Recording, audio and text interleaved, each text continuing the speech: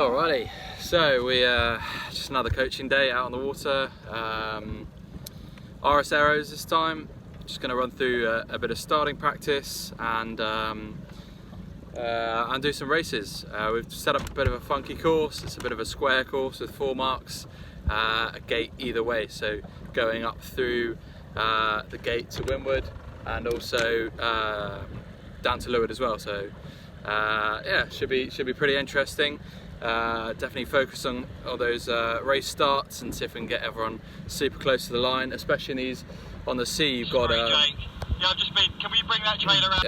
it can have a big impact on the start line, is pretty much what we've got today. So if you are being pushed back under the line, it means you have to really make an effort to stay almost above it until the start, and then vice versa when the tide is pushing you over, make sure it's staying nice and underneath the line until the start. And it's just about being as fast over the line as possible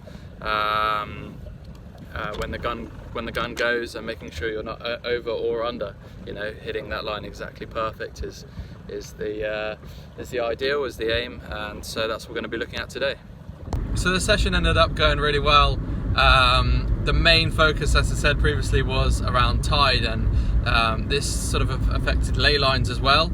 So a lot of the guys were overshooting almost every single time, because what they do is go really far out and do one tack and try and hit the ley line in one. And when you're trying to do that from really far out, it's pretty hard to judge as it is, and with tide on top of that, it's just impossible. So we were really teaching that you have to do kind of more tacks up the middle and get closer to the ley line before you hit it, and then you can judge it a little bit better, so you don't overshoot and have to bear away down onto the mark. If you're too far over the ley line and you are bearing down, you're just going to lose loads of places, and people are going to come from underneath you and actually overtake you that way as well. So so yeah, it's really important to, when there's big tides, be definitely aware of which way the tide is going, how it's going to affect you, and what you can do to hit the ley line a little bit better. And for the starts, they weren't too affected because the tide was just pushing them down the line. So we created a bit of a starboard bias anyway, so it kind of spread the fleet out. So it wasn't such a big factor on the start line. And then the final one was just sort of like the other marks.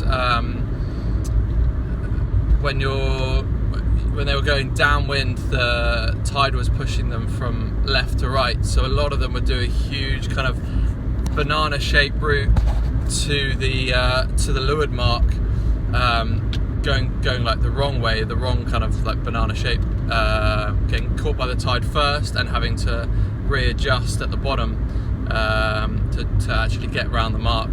Whereas what they should be doing is going into the tide first and getting taken by it towards the bottom. So it feels like they do a bit of a banana shape down the downwind leg, but actually they're running more of a straight line, because if you can imagine sort of like a conveyor belt, which is basically what the tide is, pulling you from left to right, you need to position yourself more on the left hand side so that you can actually hit the point that you're trying to hit, which is that leeward mark. So yeah, so it was quite interesting to have quite a big tide on that session, and the way that it really impacted the racing.